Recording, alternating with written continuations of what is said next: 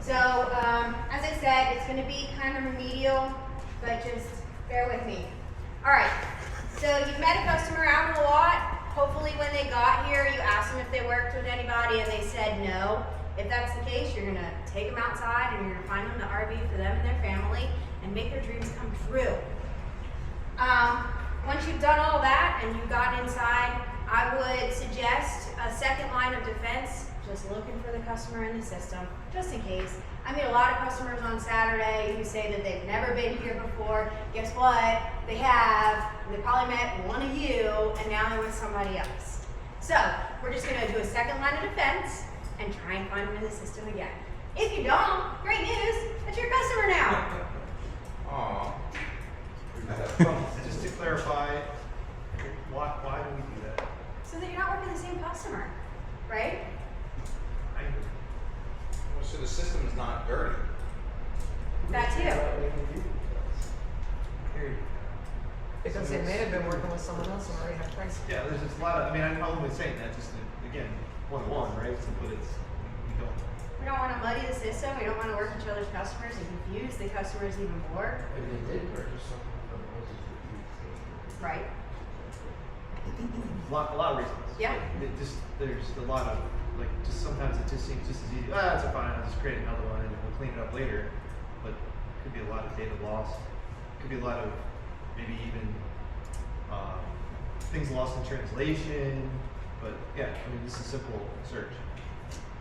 Yeah, and phone number, first and last name, email address. If they've been here and they have a customer number from previously and you've managed to get that, you can search that in Salesforce too. It should bring your customer right up. If we're entering a new customer, the information on this create new account, and everybody knows how to get here. There's a customer tab on your navigation bar. There's a drop down, add new customer. All this information is on this form because it's necessary information. In case you haven't been told before, a phone number is put in digits only. No dashes, no parentheses. Does anybody know why? So for whatever reason in the system when you're looking up a customer, the dashes and the parentheses kind of muddy up the information. It's best to just leave that out and look for the number. Yeah, Nick looks surprised. I can't remember it for sure. But, I'll be honest with you, up until recently I didn't know that information. So everybody knows now, right? So it's good that we're all here. I think that's also why it's important to look in different ways of searching for the customer. So in that example, if you type in the customer's telephone number and that customer already lives inside of Salesforce with a telephone number that has dashes, and you're typing in this new number, it will not pick it up. Right. So in other words, you will need to search by the name or by an email address to try and get something to generate that might be a possibility of a duplicate. Yeah. And the consistency in which we put this stuff in is going to make our jobs 100% easier for all of us on a variety of different levels. It's going to help us protect our customers that we've put in all of our effort into to make sure that they come out and talk to us. It's going to make sure that, I can go in quickly and find that it's someone else's customer and move on to the next one. The whole quality is consistency thing, that it's so important. If we put in bad information, we're going to get bad information out. So we've got to do these basics right. And I would also say that if you see something inputted incorrectly, it'd probably be good to go ahead and change it. Yeah. And I confirm with Mike that email addresses are just as important as phone numbers, guys.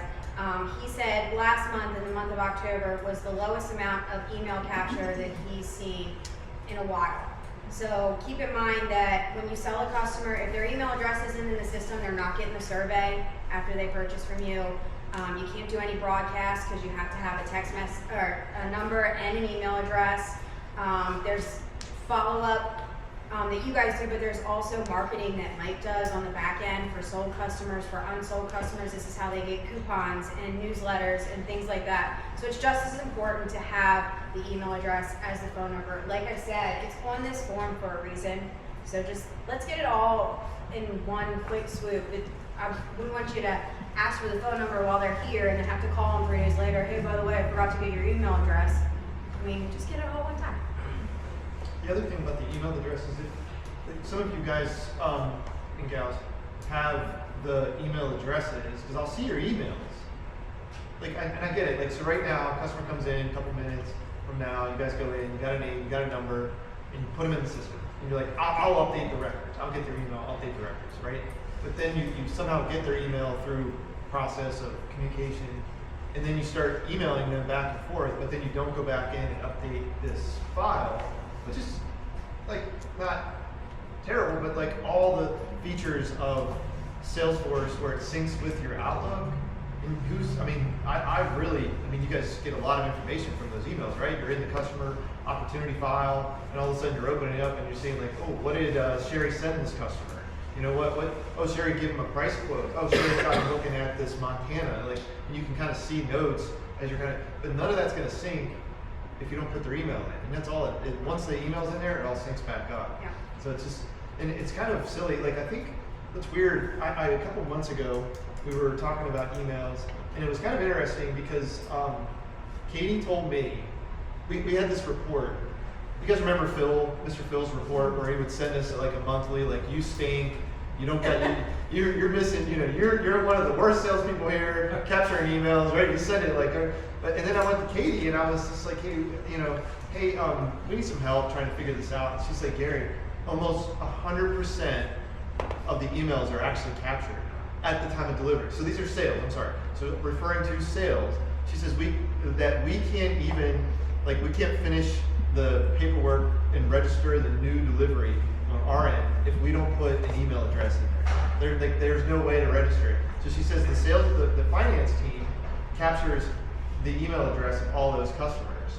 So we don't have it in the system. But anyway, long story short, it was interesting because like we're for years complaining about not having emails in the system, and then she turns around and tells me that 100% of the new units we sell have email. We have the email addresses written down in the folder somewhere.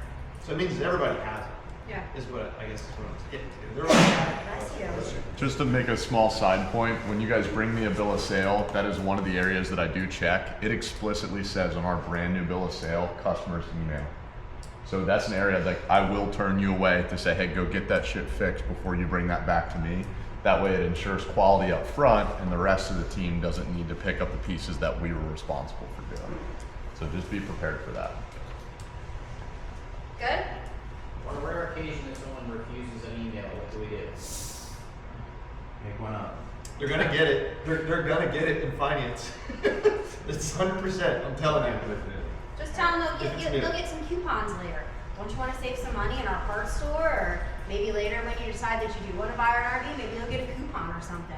I just need to register your warranty.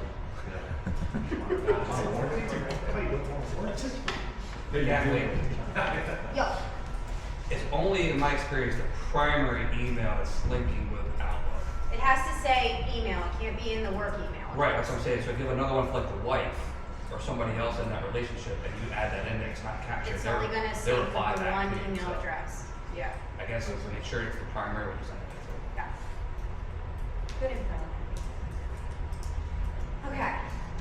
All right. So I didn't initially add this, but Gary and I thought it would be important, and I think it is, and you guys probably think it is too, especially for later when you're doing your quotes in Salesforce. Yeah, everybody's doing those.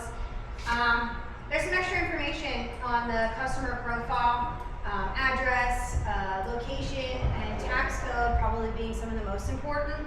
If you didn't know, there's a rating system for your customers based on the customer profile. It's cold, warm, hot. So this is a really great way for you to be able to rate your customers for follow-up purposes. Gary showed me the other day that you can actually sort these customers hot, warm, and cold for your follow-up capabilities. So if you don't know how to do that, I'm sure that we can probably squeeze in to Salesforce 101 another day on how to do this, or maybe come see one of us today and we can show you how to do it. Follow-up's going to be really important here in the next couple months. In case anybody didn't know, which I'm sure most of you do, it has to have the US in here, not the USA. Do you have Salesforce open? I do. Does it make a difference if neither one of them are there? Oh, God. I don't believe what so, do you mean? Sean. Because I actually back it out. Because I know it just always screws me up later. Yeah, it doesn't make a difference. Okay, alright. It only really has to do with Google, quite honestly, and how Google recognizes the country codes, because that address is, you know how like when you start searching the address and then it finds and completes the address for you? Google recognizes the country code as USA. IDS doesn't recognize USA, it only recognizes US. So yeah, it does, if it's empty, you still can push. Like, it doesn't have to be. Gary, I don't know why it looks like this, I apologize. Okay, It's I'm small.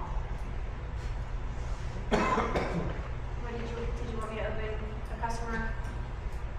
So what Kathleen was saying is, if you go to like your customers, you guys can go to like your customer tab, and you know how you guys can change your list views. When you're click into the customers, so like they can see all their list of customers. Oh.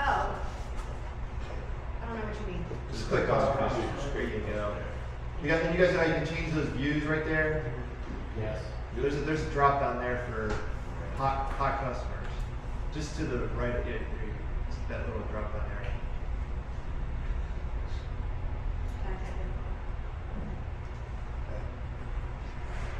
I don't have hot customer.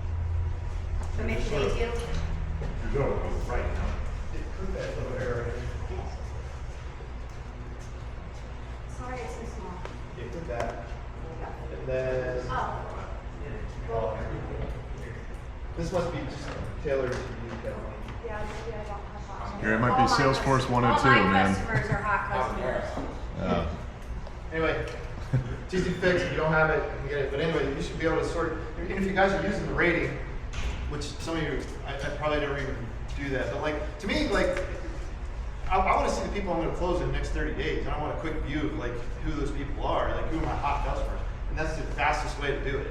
You know what I mean? You guys come in here, you got a list of 200 customers. You're like, oh, who do I call today? You better damn sight call your hot ones. You know what I mean? Like that's and how do I find them? It's a very quick tab. Here's my hot customers. I mean that's to me it's not.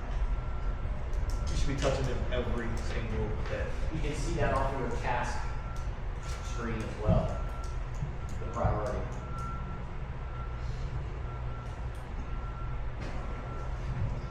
Yeah. That's not what I want. That's it's maybe 3 of them. Yeah. Okay, ready?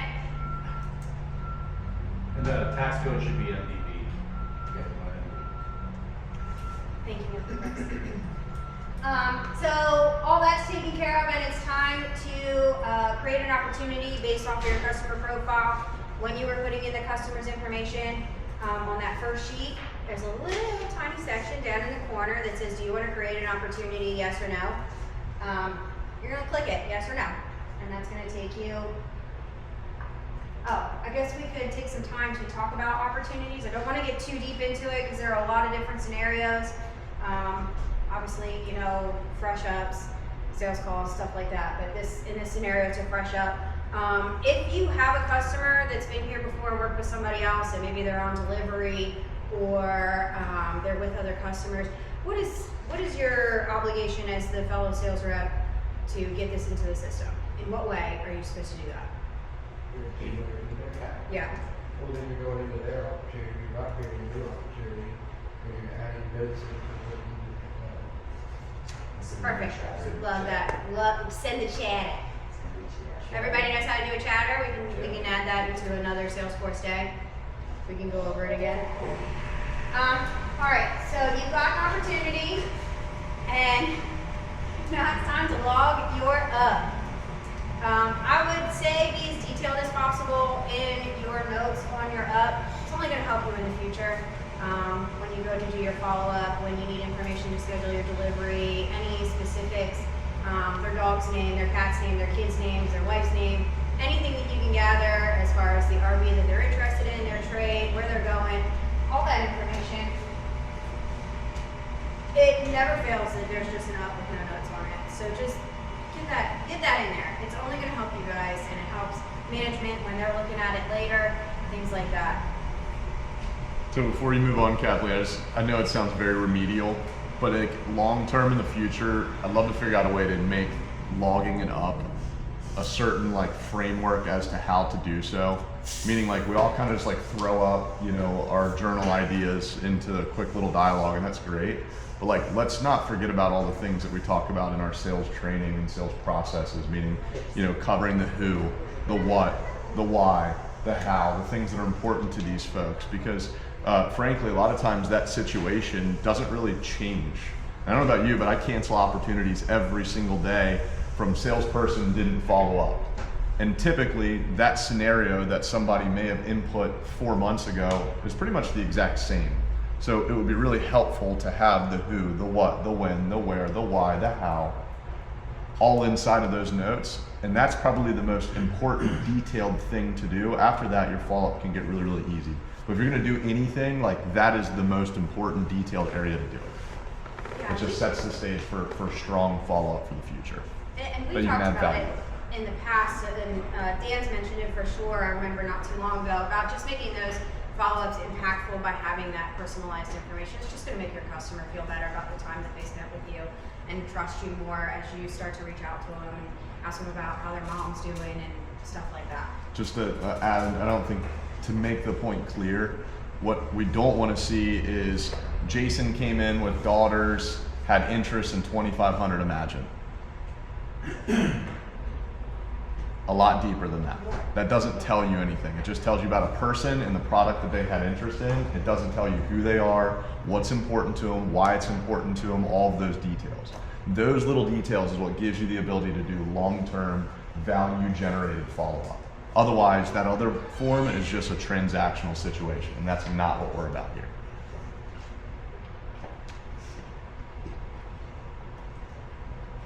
All right, so you've got your up, and it's time to schedule your future follow-up. Now, I think everybody's pretty well aware now that, you know, I'm the one who's kind of going through the daily reports, the daily logs that Mireille keeps, that Chloe kept on Saturday to make sure that this kind of stuff is getting in, your ups and your follow-up. What I see a lot of is an up and a follow-up, and that's it. And then I go back a couple weeks later, and the up is in there, the follow-up's in there, and it's red. And then there's nothing else. So just, I would suggest that when you're scheduling your first follow-up after the up, schedule a couple more afterwards, right? To just get that going for yourself, so that when you finish your task that you already had scheduled, you already have another one going for you. It's really important to keep up with these customers. I would hate to go somewhere, meet you, and then never hear from you again. Dan just had it with a vehicle that he was thinking about buying, and guess what he didn't buy? So there's some little tidbits here that I thought I'd put in. I'd like to, and you guys know that I do a lot of follow-up and calling, or did, now Chloe does, a lot of follow-up. I like to meet the customer where they're at. Obviously, there's a comfortability when when they're emailing you. It's not always the most ideal situation when you're going back and forth via email with customers, especially when you have deliveries and guests here that you're meeting. But if it's where your customer's comfortable, I say run with it until they have some trust in you, and then maybe you can get them to get on the phone with you, build that rapport via email if you have to, but then, you know, move it along to a phone call.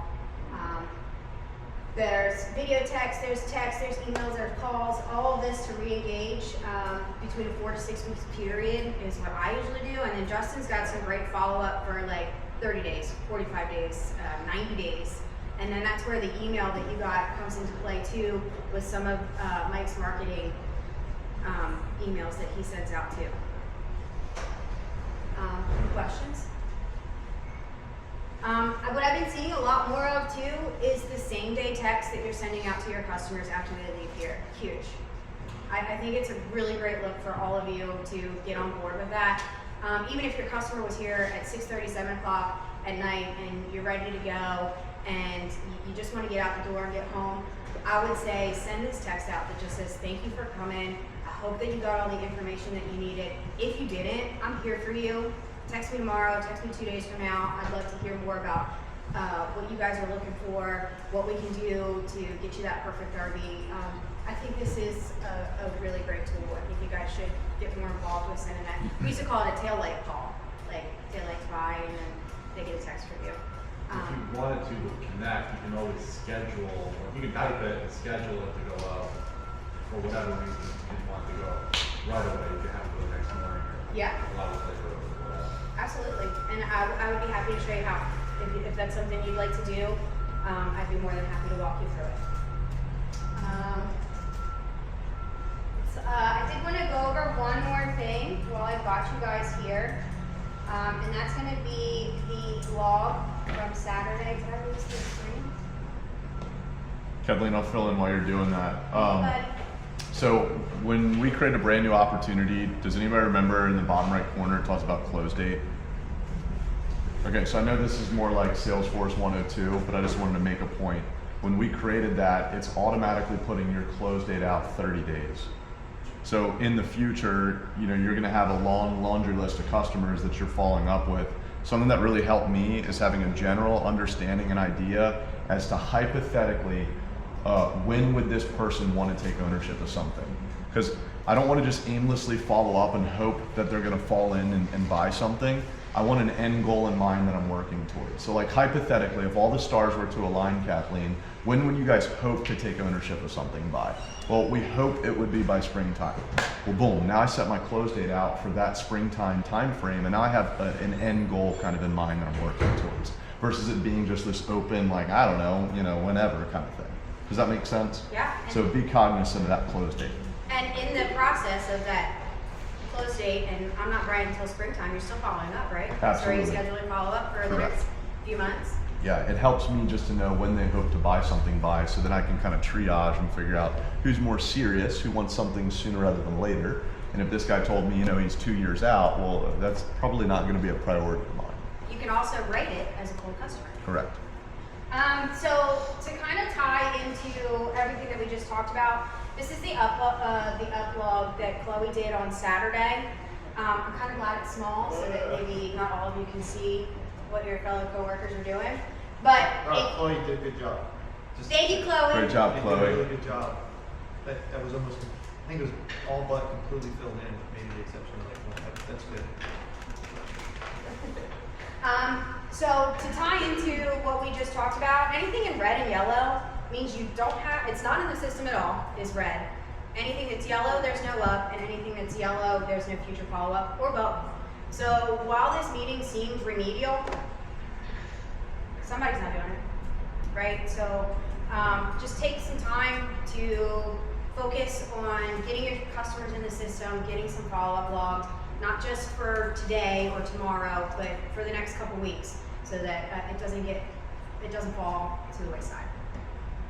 Okay? There's something that management needs to discuss. Maybe I don't think now is the time because we're getting ready to be done, but Chloe sets an appointment. I'm seeing people are double logging. So like Chloe has an appointment today that'll come in. Maybe Chase is the one that ends up taking that appointment. Well, Chase logs it as an up, but Chloe has it as an appointment. For the dealership, we're kind of counting that twice. Correct. So we need to figure out a process that makes sense. Like, is Chase counting that as an up, or is the dealership counting it as an appointment for Chloe? How do we do that? So what I've done is it's the meeting notes get updated with whatever you were planning on putting in your up notes. Just copy and paste that into the meeting notes. And it's not a VBAC more than likely. If Chloe said it, it's Correct me if I'm fresh. wrong, that mean, like if we take a meeting that Chloe set up, by the time I come inside, usually it says meeting, it says you had a task, or it was changed. So what Chloe does is she sets the appointment and then she sets herself some follow-up to see if the customer even showed up, to make sure that they got with somebody, if they did. So when she switches over the opportunity into a sales rep's name, it automatically reschedules that task for you guys instead of her. So just be cognizant of that. She had a task for herself for in case the customer didn't show up, in case she needed to reschedule, something like that. It just transfers over to you. I just keep the task there and just use it for yourself. It's in your name now. And what Chloe and I do with the meetings is when somebody does show up and once we find out who they're with, we also put the meeting in your name. So before the customer gets with somebody, it's in Chloe's name. because she set the appointment. But once they get with somebody, she or I will change the meeting into one of y'all's names, so that that meeting shows that they met with you. It's good for us to know that information for future reporting processes for BDC, but it's good for you guys too. It shows that you had an appointment, and that counts as you're up because it logs into the report that we look at too. So I only bring that point up because a lot of the yellow that you guys see on that screen is that particular situation. It's not that you didn't have scheduled follow-up for yourself. It was, we double logged something. There's already an appointment in the system, and then we went and double logged and said, well, I got an up. We need to consolidate and just put all the notes inside a meeting. I would say in any case, whether it's a Chloe set appointment or a you set appointment, don't log an extra up. Just take the notes from the up that you would log and put it into the meeting notes. You got it. So my question on that is when we do that, does that it's gonna create an activity for us, correct? First off. Yeah. Who is? When we go and put, my concern is that, you guys want us logging all of the activity that we did for the day, right? So if you've created a meeting and all I do is put notes into the meeting, Yeah. is that registering as an activity? Yeah, because the meeting gets moved over to your name. So it does log as an activity. Okay, so Yeah. it's not about the original, once it gets moved over, that it's there and. Correct. Correct. Yeah. Yeah. And then that's your activity, that's your meeting, and you're up. I wanted to have two more quick things. One, Jacob and I are currently working on follow-up of a whole thing for everybody to review. We're gonna get some input from everybody as well. But I did want to go back to, if you are going and if you speak to someone else's customer and that person, so for example, I take a customer Hunter and Hunter's not available. And Hunter needs to call that customer on Monday because Hunter's doing a delivery. Make sure that you put that follow-up in that salesperson's name, not yours. Because you can't see if I put it in my name, Hunter can't see that follow-up. So I've had quite a few people where they've done a task for that customer, but they've left it in their name. Is everybody following what I'm saying? Yeah. So make sure you're putting that task under, so Hunter needs to call this lady with a price on Monday. Then I've got to put that in Hunter's name, not mine. And I think we're losing some things like that, and again, hit it with chatter to make sure that, hey Hunter, I put a note in before you please check. If I put a task in before you please check. I know that's a lot there, but that's a whole other rabbit hole, but I will make just a side point. If I took Sean's customer today and then I schedule a task for Sean to do on Monday, the reality is Sean's a really busy guy. Sean's got a lot of deliveries, a lot of other appointments he already has going. Think about from a customer service standpoint, we'd be doing a disservice by just like, well, that was Sean's customer, here you go Sean, and I just slide it back over to Sean. In other words, like I would schedule a task for myself to make sure that Sean followed up with that customer. I may need to remind Sean, hey dude, I put this into your name, we gotta call this person. Because I've had that happen many times before where the customer came in, they worked with another sales rep doesn't communicate to me. Now at this point, this customer's not been touched at all. And the last words that he had was, Justin, you told me Sean was gonna call me. And that's bullshit. Well, to that point, if you're already gonna, like, if I'm already gonna put a note on Sean's desk so that he's gonna see it, then what's the point of making like a chatter and a task and all of that? It's like three different, and I get it, it's checks and balances, that's good, but like, what's the one that makes the most sense that is gonna Keep it in ensure Salesforce Sean- and get it off of his desk. I mean, Chatter. I almost prefer to have a note on my desk, because like. Well, that's you. That's not where the future of this business is going towards. Fair.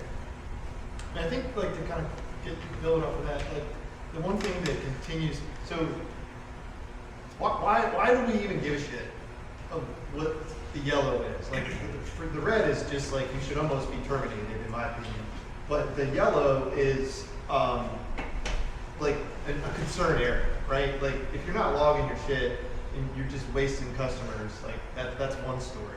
But like you took time to log it, you got the opportunity in the system, it's yellow. Why do we care? Like why do we care about that? Just anybody. Because at some point that customer's not gonna get followed up with. It's It's just just- gonna drop off in the Neverland. Right. So we're seeing a definite pattern in like, Sean coming to me and saying, hey, Gary, can you switch this customer over to my name? Sure, no problem. I'll gladly do that. But I go in and I see, well, Nick talked to these people over the summer. Well, geez, Nick, what happened? Like, why am I switching, good job, Sean, but, why am I, Nick could have potentially cost the customer, Nick wasn't able to feed his family in the month of August, and he didn't do any follow-up, so like, it kind of comes back to like, here's Sean, here's Nick's customer that he should have followed up with. But what we're seeing this pattern over and over and over, and what's happening is all of you think today, you're gonna greet a customer, I'm gonna get a note on my desk, and you think you're not gonna forget. Like you think like, oh, I got this. I don't need Salesforce. It's just it's too much extra work. It's too much effort. It's too much this or that. I got my own systems. I got my own way of doing things. But we go in there and we see this, and you clearly don't. And you clearly don't have it all figured out. A lot of stuff is falling through the cracks. The stuff that Nick, logged over the summer that he put no future follow-up on, it just fell through the cracks. It didn't, in the process of like, okay, I got this customer, I got this customer, I got this customer, and he showed up, and he didn't have any activity scheduled, and then the opportunity just kept going farther down the list, and before you know it, they resurface in October. Sean gets them, and Sean has this customer that didn't have any follow-up scheduled. That's why we really care. I mean, it's really not because like we want a pretty little system. We want to come in here on Monday and see all that green. We just know, and you guys can argue with me all you want, but we just know it's going to fall through the cracks somewhere along the line. Is it 100% of them fall through? No, you're lucky. Sometimes these customers do call that. But when we don't see any future follow-up, it really is a red flag that like this could potentially fall through the cracks. But if there's a follow-up, and you guys are doing your tasks, and you're coming in, and like, so now that we're talking about past due tasks and all that kind of stuff, like now's the time to get that stuff cleaned up. So, I mean, if you only have like 20 tasks today, and you go through all 20 tasks, you probably aren't going to miss any of those opportunities in the system. But anyway, this is the time of year where we got time to now all of a sudden talk about it. So when the season does pick back up, one, we hope that you're going to find some needles in a haystack, quite honestly. So as you're kind of cleaning up all this stuff, you're going to go through and then think, oh crap, I forgot all about this customer, or oh crap, what about this new model that just came in? So like kind of cleaning all this stuff up first and foremost is a high priority. But then when the season like just rockets into, and you got all this stuff in place, you're going to be like well ahead of your where you want it to be if you have all this organized. I don't remember. I mean, Chris, right now, I mean, you guys can all see it. I think, Chris, you have 600 past due activities in the system. Nick, I think you're at 800. I think maybe. I'm at like 300. Yeah, but what if you came in today and it was like, it's unmanageable, right? It's unmanageable. But what if you came in today and it was like that number was 50? Would you feel like, well, I think I can clean that up? Don't get me wrong, like that's what we want to get to, so that you guys are very task driven. You come in, I got a plan, and I got to call these people, and move on. That's what we want to get to. But like we've just lost sight of that. Trusting that everybody is taking care of it. But we got our eye back on that, and knowing that's what's going to help move the needle come 2026. We're not doing a terrible job, you know what I mean? But we're leaving money on the table. There's opportunities that we are not. Luckily, that opportunity, that I moved from Nick to Sean, we got back. But what about the ones that go to Camping World and buy? What about the ones that go to General and buy?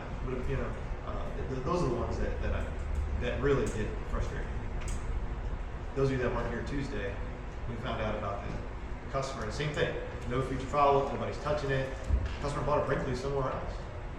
Just because we didn't do a follow-up. And Anyway. is that like across the board, or is there like certain? I'm sure I'm one of the main violators.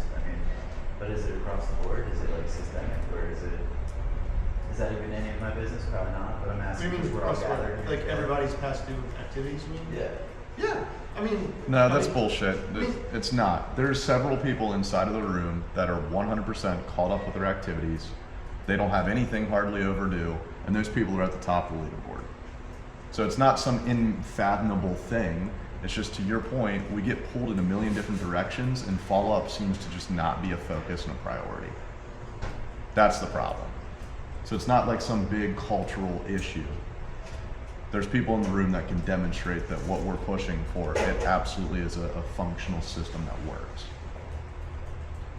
Sorry to cut you off there, Gary. Just No, I mean, I guess in summary, nobody is, like, yeah, they're coming in today with some past due activities from the weekend, but it's very manageable, right? That's all. And you have to learn what your manageable is. I mean, you know, Dan Zaboyan could manage 200 customers. I can't. Flat out. My sweet spot is when we're slow, 100 to, or 120 to 150. When we're busy, it's about 120. So you know, you've got to understand what your limitations are, and then you can grow and build off of that. But everybody's going to have different levels of follow-up and where they need to be, but your goal is to figure out how to manage that and to put yourself into that sweet spot so you can see what those people are. I mean, Dan was great at handling tons of people. Mike was really good at handling tons of people. I just don't have a brain for it.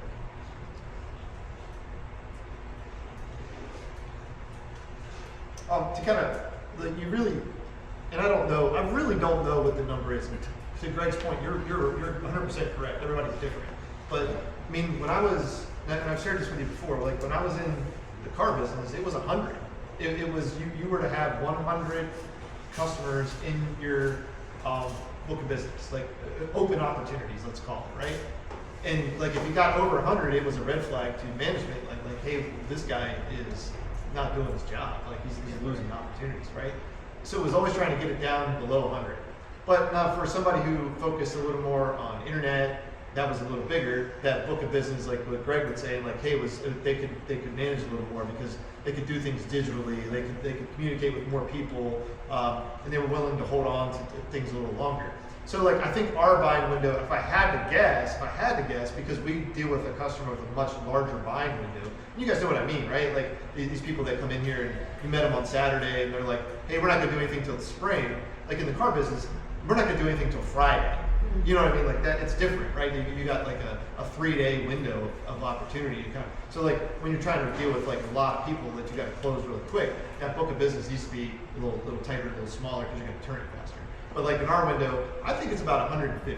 Like if you guys have more than 150 open opportunities in your pipeline, I'd really be trying to like close them out and just focus on the fruit. You guys, I mean, I say it all the time, but like you just like trimming flowers, right? Trimming plants, whatever you gotta do. But like they will flourish if you cut the dead shit off, right? You guys know that. You know, when you cut flowers or you know all these plants that you're harvesting in the showroom for us. If you go around and take all the dead shit off those plants, they will grow healthier. It's the same in your pipeline. If you get rid of the dead, you'll have a healthier pipeline that you can work on and focus on growing more opportunity. But if you're just so worried about just cleaning it up and all the dead, like you're kidding yourself. Just get in there, narrow it down to like about 150 people and focus on those 150. Make sure you got open activity on all 150 so that way it doesn't fall through the cracks.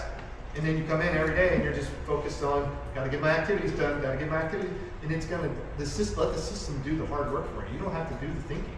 I mean, you know what I mean? Let the system do all the work for you.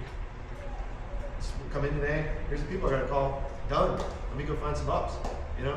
Like, let me, it's not rocket science. It's not rocket science. And you may lose some people by cutting some people out, but you'll lose less. You're gonna gain more out than you're going to lose by cutting all that dead weight. And you can still have follow-ups for, Yeah. you guys can still schedule follow-up for lost opportunity. Like if you just think like, I mean, what I would recommend, if you're just like on a needle in a haystack search for the guy that wants a diesel pusher under $50,000 that doesn't have water damage, then like put yourself use that opportunity, close it out, put yourself a 30-day follow-up to just check inventory. I mean, you don't even have to like, so that way you come in 30 days from now, oh, I forgot about this guy. Oh, let me just scan my inventory. Oh, we don't have anything. No problem. Check inventory again next month or whatever it is. But like, you got some sort of way to keep that customer bubbling back to the top every couple months. We had a theory, I think in Joe Verdi, what was it, 45 and 90? It was like every 45 days we were to, was it drop a piece of mail? Help me out. There's not too many people. It was every 45 days you should touch, and it was every unsold, sold customer every 45 days. Somehow with a piece of mail, whether not in those days, guys, it was literally a piece of mail because we didn't have email. So he had like a 45-day newsletter, and then every 90 days you picked that phone up and you gave him some sort of phone call, of some sort, right? Every 45 days, and that's all you're trying to do is just these opportunities, just keep them bubbling back to the top. And we're only talking about your unsold. We're not even talking about the people that, hey, what about those 1-year anniversary calls? What about your birthday calls? What about your, hey, happy 30th anniversary, Bob and Jane? All those calls that could continue, like getting those things scheduled and put in your pipeline. We haven't even scratched the surface of that stuff. You know what I mean? It can be fun, really building these relationships with these customers. But use the system to do it. I'm good. I hope everybody just got a little bit of something extra. Maybe Chloe and Dylan probably got some really great information that they might not have had before, and hopefully everybody took a little piece and can implement it into your daily routine. It's 8:58. I just want to say one thing. We're probably on pace right now, what we call on Friday again, like 35. And based off the way it looks right now, we're sitting like right around, like, based off what you guys have scheduled, like somewhere around like 37 total for the month. Like, if we're gonna get remotely close to 50, guys, we had to end the month on what day? This. I know it's Wednesday before Thanksgiving, but 26. Thank you, Hunter. So we got to end the month on the 26th. The 15th is Saturday. So I mean, I look at, just plan out your month a little bit. If you think you need to get, we really need to find some deals, and we need to get them delivered and scheduled, because like we're way off of where getting anywhere close to 100 right now. I mean, sitting on like 35 for the week. So dig deep. Bring us everything. I mean, bring us everything. Anything you got working, like we need deals. I mean, Jordan and I talked about a deal the other day. The lady's coming from Texas, to pick up a tab 360. I bring that up because like these long shot deals is where you're gonna find it. You know what I mean? Like what do they say? Like when things are good, you can kind of work your own customers, right? But when things get a little tight, you're gonna have to take from other people, right? So we're gonna have to get outside of our market and bring people in here. So knowing that some of these longer, harder deals we're gonna have to work, we're gonna have to dig deep and really give those people reasons to come from Texas to Maryland to buy a tab. You know how many New Camp dealers just gotta drive past to get to Maryland? It's a lot. It's a lot. I was just gonna say, after the meeting, I need to see Matt, Nick, and Chase. All right, let's get this place over. Get your names on the outboard.